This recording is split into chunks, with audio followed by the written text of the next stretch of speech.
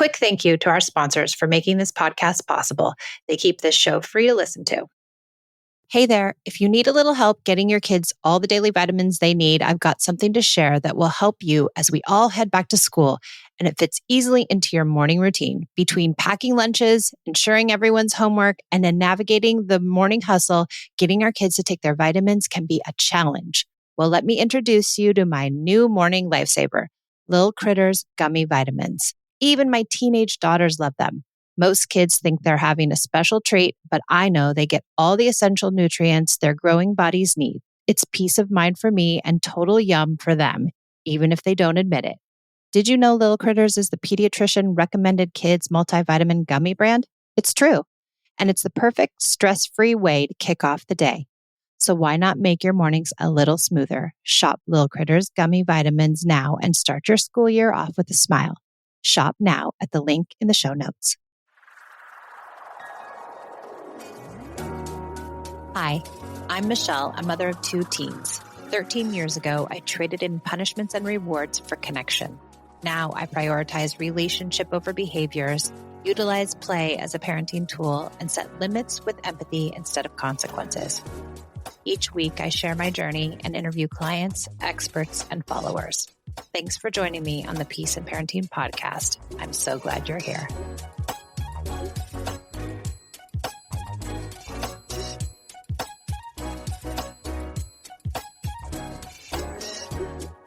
Welcome to the Peace in Parenting podcast. I'm Michelle, and I have a lovely guest from Instagram who has come with a parenting dilemma, and her name is Shweta, and I would love for you to introduce yourself, please.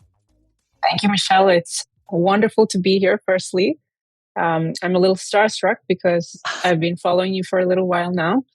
And so to introduce myself, my name is Shweta. I have 2 children. My daughter is 9. And she's the one that I have most of the battles with. And my youngest is 3. And I think because of my experiences with my daughter, I've been trying to correct them all those mistakes with my son. So I think that for now is going okay. Great. But, Michelle, I think one thing that I do want to tell the listeners about is I think my background is kind of similar to the story you tell about how you and your older daughter, your dynamic was. That's kind of where I was. So maybe still am to a certain degree. Well, and maybe there's a certain temperament matchup or mismatch up there too. We never know. But I think, is she strong and sensitive? Yes. Yeah. So she's highly anxious about everything. It could be a simple schedule change where this is what we were supposed to do, and now this is not going to work out. So we're doing something a bit differently. Or it could just be she has a trial for the swim team, or it could be, there's like Science Olympiad. She was applying for that. So she's like, oh, will I get in? Will I get in? And it seems to spiral and spiral. And my dilemma is that I want to make her feel heard and soothe her. So that's what I try to do. But in a lot of the cases, I end up giving her the message that what you're worrying about is insignificant, or it's wrong that you're worrying. And that's really not the message I want to be sending. So why do you think you go to soothe her? It's a good question. I want her to be at peace. Yeah. I feel that her mind is constantly working, and this probably rests with me, this responsibility, because the first 4 or 5 years of her life were so up and down because of my relationship with her and my interactions with her. So I feel that she has this tendency to want to be perfect, or things to be perfect. And if she's not able to control every outcome, then she feels like, she's like trying to hold on, and she's, I sometimes feel like she's a 40-year-old, She's scared to make a mistake. And she's only 9, and I don't want that for her. Yeah. So. It sounds like she's scared to make a mistake, or she's scared to do it wrong, or she's scared not to meet her expectations. She's does sound like maybe a bit of a all of those. perfectionist. Yeah. Okay. And do you see those qualities in yourself? I am a little bit of a perfectionist. I think maybe in some things. That's an interesting question. I've never thought about it that way. Maybe. Do you beat yourself up when you make mistakes? Yes. Yes. You're hard on yourself. I am. I You have am. high expectations of yourself. Yes. Yeah. Yeah. And do you think those first 5 years, maybe that was more of where you were at as a mom, trying to be perfect, trying to do it all right? Yeah. A lot of things came up for me. Maybe she reminded me a little bit too much about myself, or uh, I just needed her to be this way. And if she wasn't this way, then when she gets older, what's going to happen? And then, you know, kind of forecasting into the future and all of that. So a lot of the time I found myself in the spiral, not being able to stop shouting or Yeah. make her feel that shame or whatever it was. And afterward, yes, I knew I was doing this and I couldn't stop myself, and then the apologies. But it's like, honey, I'm working on getting better, but then next week we're at the same place. So, So, did you see yourself in your first few years of parenting as more rigid? yes, yes, Yeah. extremely rigid. So, I mean, it kind of sounds like she's adopted that rigidity somewhat. I would say so. Yeah. So, how long have you been trying to do things differently? Probably since she was about 5, I would say, more seriously. And I first started listening to podcasts and reading different books from when she was about 3.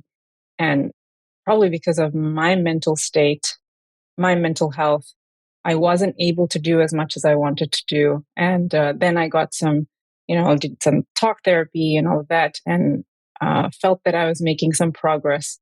And obviously, I read that in those first 5 years is when the major development of the brain and everything happens. And what they keep hearing and how their caregiver, me in this case, is responding to them is how they start talking to themselves. And so I feel that that's what's happened.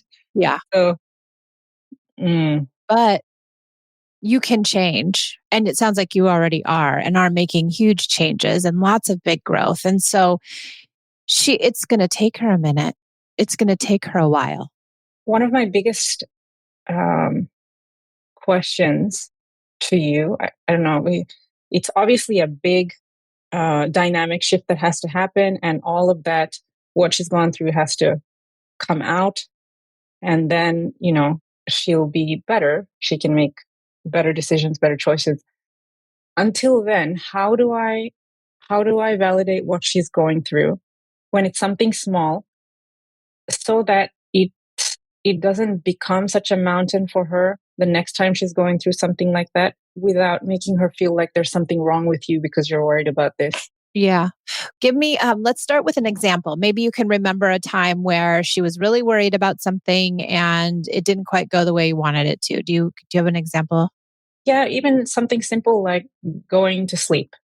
Okay. She's always switched on. She always has been since she was a baby, and so at night for her to wind down and go to bed has never been easy.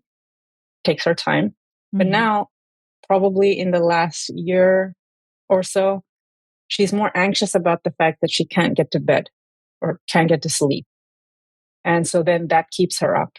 Mhm. So just the other day, she was saying to me, "Oh, yesterday I couldn't get to bed. It took me a long time. Do you think today I'll be able to go to sleep?" And I had my 3-year-old who was having a tantrum because he was overtired. And then I tried talking to her for a few minutes about it, and then I said, "Honey, you just have to breathe and focus on your body and think calming thoughts and just allow your body to do what it has to do." But the tone and the body language is like, I'm in a rush. I have to leave and you're delaying me. And I could see it on her face that she was still anxious and worried, and I probably made it worse. So what made you go to that place? What was it about? You were telling her to be calm, but Yes, you while I was couldn't be not. calm. No. Yes. So I guess we have to figure out, where is that coming from for you, right? Where is that anxiousness coming from for you? When you see her and hear her saying, I can't go to sleep, it's so hard, do you think I'm going to be able to? What's coming up for you internally? This is never going to end. It's never going to get better. Uh, I've done this thing. I'm responsible for where we are right now. I can't fix it.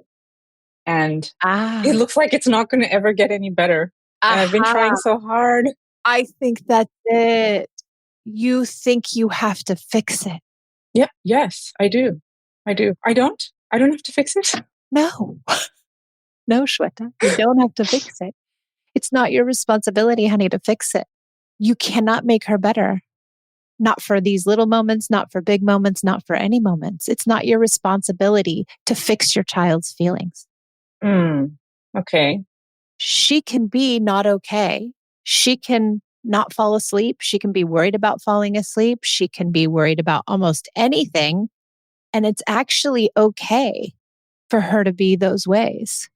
You're seeing it as a problem. And so you're trying to find a way to fix the problem, but there is no problem. She's just having feelings. Mm, So every time you try to deny her the feelings or tell her ways she can fix it that aren't going to work anyway, then it exacerbates the feelings. It makes them bigger and stronger and louder. It's called amplification. So amplification works like this. If I tell you, my knee hurts, it hurts so bad, and you say, no, you're fine, and I say, no, Shweta, my knee, it's hurting, don't you understand? And you're like, you're going to be okay, you just have to put a compress on it, you're going to be all right. I'm like, but don't you understand, my knee's hurting? And I get bigger and stronger and louder, and because that's her personality, her feelings are being amplified and amplified and amplified, and it's making it all bigger than it actually is. she's not feeling heard, so she gets louder. And you're feeling like you need to fix it. And the louder she gets, the more you have to fix it. And the more you're failing as a mom, and the more you go into your perfectionism, and the more you're blaming yourself. Yeah. But you don't need to. It's not your fault. It's not. No, sweetheart, it's not your fault. Yeah, you may have made some mistakes in parenting. Who doesn't? We all do. But she has a certain personality. And so her personality is going to be that personality no matter what. She's a bit anxious. She's a bit worried. That's her personality. Mm, But it's not something you can fix. okay. So how do I respond? So how would you respond? Now thinking at it through this lens, in that situation where she came to you about bed, what do you think is the right response?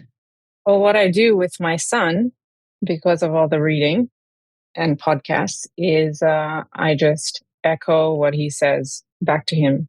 He has a tough time saying bye when we drop him off at school, and so I'll just say, "Oh, you're really going to miss me. You're so upset." And that's what I say to him.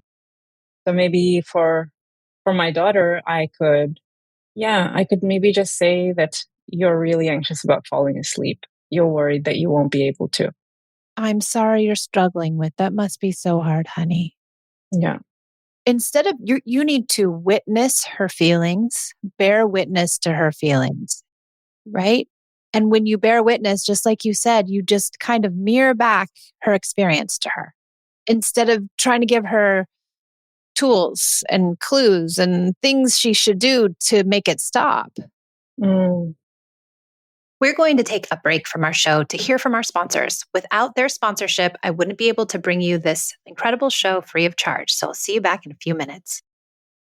Hey there, if you need a little help getting your kids all the daily vitamins they need, I've got something to share that will help you as we all head back to school, and it fits easily into your morning routine. Between packing lunches, ensuring everyone's homework, and then navigating the morning hustle, getting our kids to take their vitamins can be a challenge. Well, let me introduce you to my new morning lifesaver, Little Critters Gummy Vitamins. Even my teenage daughters love them. Most kids think they're having a special treat, but I know they get all the essential nutrients their growing bodies need. It's peace of mind for me and total yum for them, even if they don't admit it. Did you know Little Critters is the pediatrician recommended kids multivitamin gummy brand? It's true.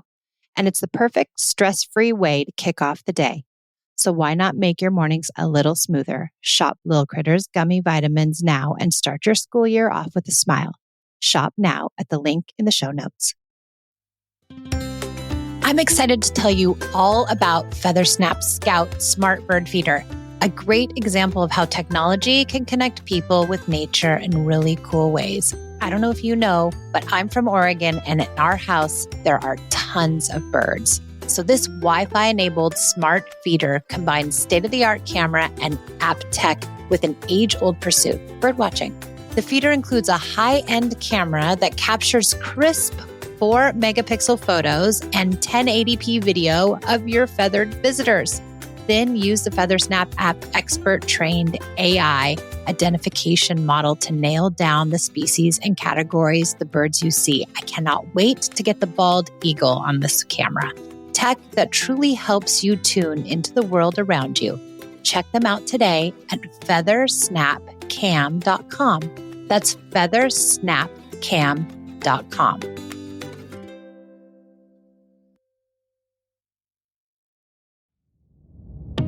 You going through menopause or perimenopause? It can be a struggle to find comfort in our bodies. Do you experience hot flashes and low mood like I do? Now I use Hormone Harmony. Happy Mammoth, the company that created Hormone Harmony, is dedicated to making women's lives easier. And that means using only science-backed ingredients that have been proven to work for women. They make no compromise when it comes to quality, and it shows. Hormone Harmony contains science-backed herbal extracts called adaptogens. Now, here's the beauty about adaptogens. They help the body adapt to stressors, like chaotic hormonal changes that happen naturally throughout a woman's life. Hormone Harmony isn't just for menopause. Any woman with symptoms of hormonal imbalances can take it. And the biggest benefit? Feeling like myself again. That's what women mention over and over in their reviews, and there are over 17,000 reviews for Hormone Harmony. For a limited time, you can get 15% off your entire first order at happymammoth.com. Just use the code PEACE at checkout. That's happymammoth.com and use the code PEACE for 15% off today.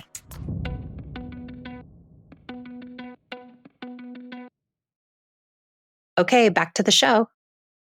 Okay, I have a follow-up question. Yes, ma'am. Here. And this could be because I don't do this enough, that it doesn't not calm her, but make her feel heard.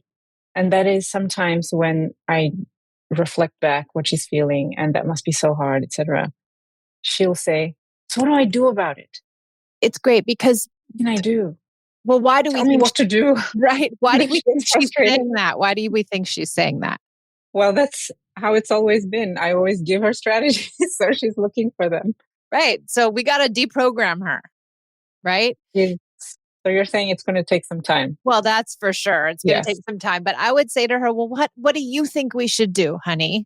What do you think you should do? I don't know. You have to tell me. You have to give me the answers. Now, there's this common idea out in the world of connective parenting that when we apply empathy and understanding and we bear witness to feelings, that somehow miraculously our kid's going to feel better and all the feelings are going to go away. And that's how it's supposed to work.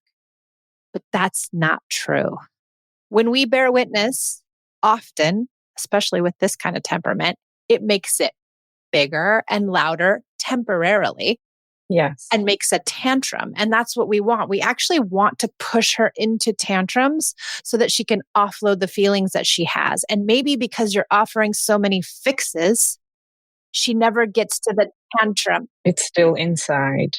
Yes. So when she starts asking, what should I do? You should clue in. Aha, there we go. We could get her to have a big tantrum here. And this could help her offload her feelings and feel better. Yeah. What do you think we should do? Well, I don't know. You tell me. Well, I don't know, honey. I think you can figure this out. This is your life. I know you can do it. And it might make her really upset, only temporarily. But what you're going through now is that she's bubbling at every single interaction. Every single thing in her life is hard and stressful, and she's anxious because she's never gotten it all out. Yeah. She needs a bunch of tantrums, probably. Yes. And that means I need to allow for that extra cushion of time where my toddler's not around. Dad, please take care of him and just Yeah, allow for that extra, let's, bedtime as an example, be okay with.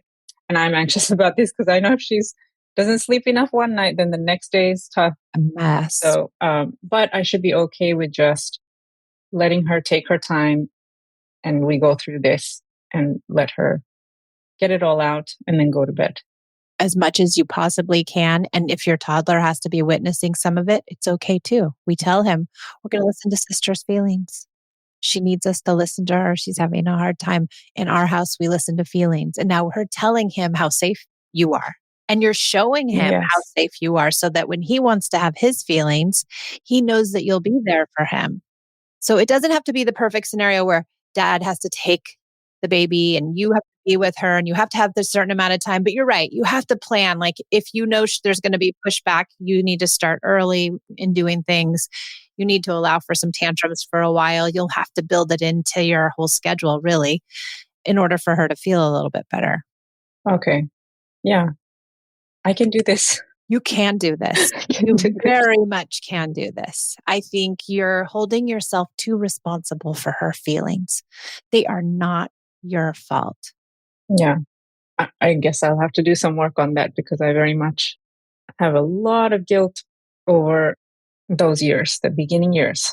So, But that guilt, I think, is keeping you from parenting where you probably want to be parenting. absolutely. Yeah. The guilt is not doing you any good.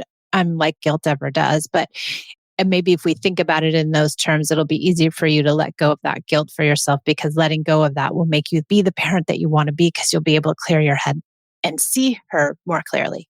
Yes. It's about her, and the guilt is all about me.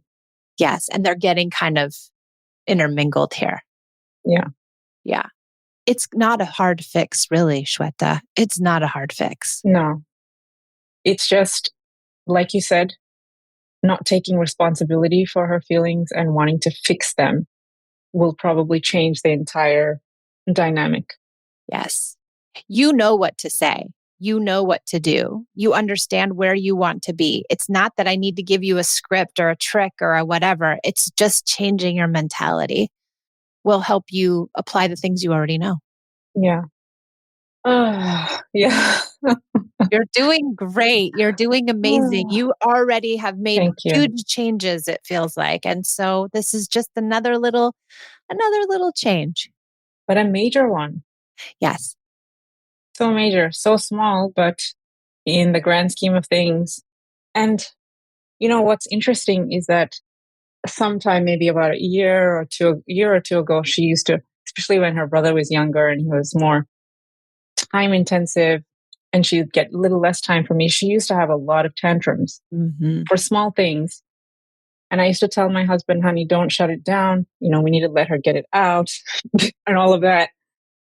But now that it seems like she's older and more mature and she doesn't do the whole tantrum thing anymore, it's almost like in my head, I'm thinking of her as being past that phase, which is not true. Totally. And I think as they get older, I mean, you said it yourself, like you hold space so beautifully for your 3-year-old.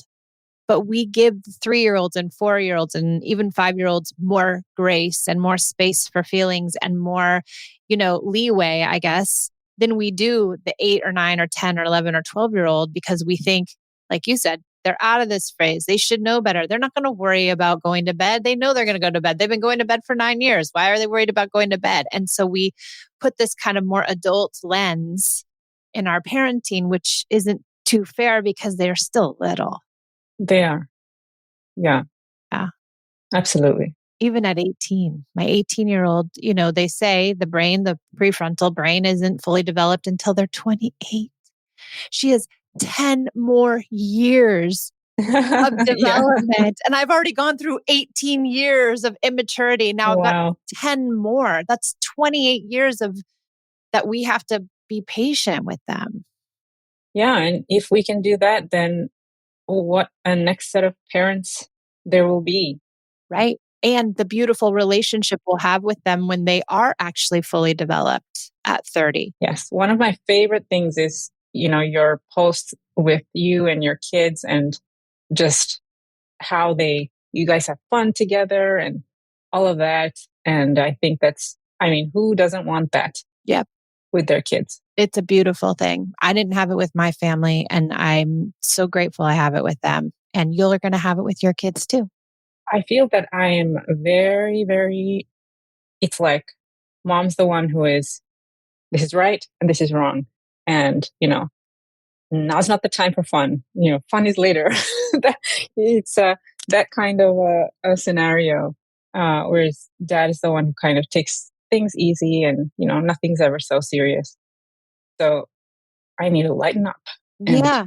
kind of just Maybe, work on myself, do some relaxing things maybe yeah. Or more. maybe, play with them like a big, boisterous, fun, wrestling, chasing, whatever kind of Yes. play with them once a day and show them how fun you are. Mm. And I think what you said about not having to fix things will probably help me relax more because Yes. I feel that I always have to be in control of this situation and this scenario, and we've got to get here and do that. And, I feel like I have to equip her with the right things for her future so that she can thrive rather than be, an emotional mess. Yeah. But that thought of needing to fix it is stopping me from actually getting her to a point where she can be thriving. Yes. And you can be thriving because you're pressuring yourself way too much. And I think that's the difference between parenting with control and parenting with connection. One of the main differences is that people don't often understand is that when we let go of control, like the kind of control we're talking about, like trying to control her and her feelings and her outcomes, trying to control whatever happens to her, however she turns out, like trying to really control all those things really keeps us from connecting. And when we just focus on connecting, then everything else kind of falls into place because they're watching us be good people. They're watching us do righteous things. And so therefore we don't have to worry about making sure they're equipped with everything because we're displaying it and demonstrating it. And so they glean it from us the whole time they're in our homes.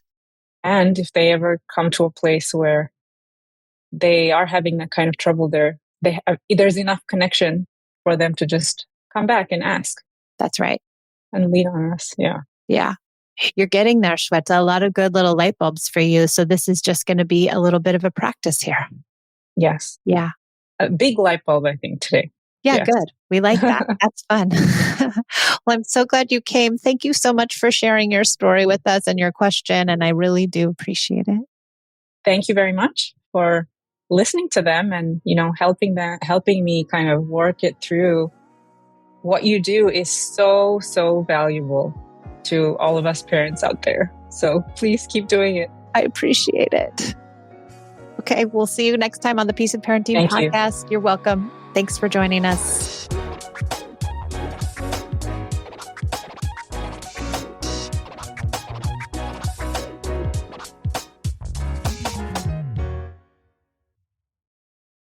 A quick thank you to our sponsors for making this podcast possible. They keep this show free to listen to. Does connected parenting feel confusing? What do I do in this situation? How do I handle that issue? Let me help you make more sense of it all in my 30-day challenge. We meet for 4 weeks of group coaching, and you get access to all of the Peace in Parenting online materials, my entire Connected Parent Mastermind. Plus, we give you access to our school community. I help you get more connected and jumpstart your parenting in this 30-day challenge. So go to the show notes and sign up, and I'll see you there.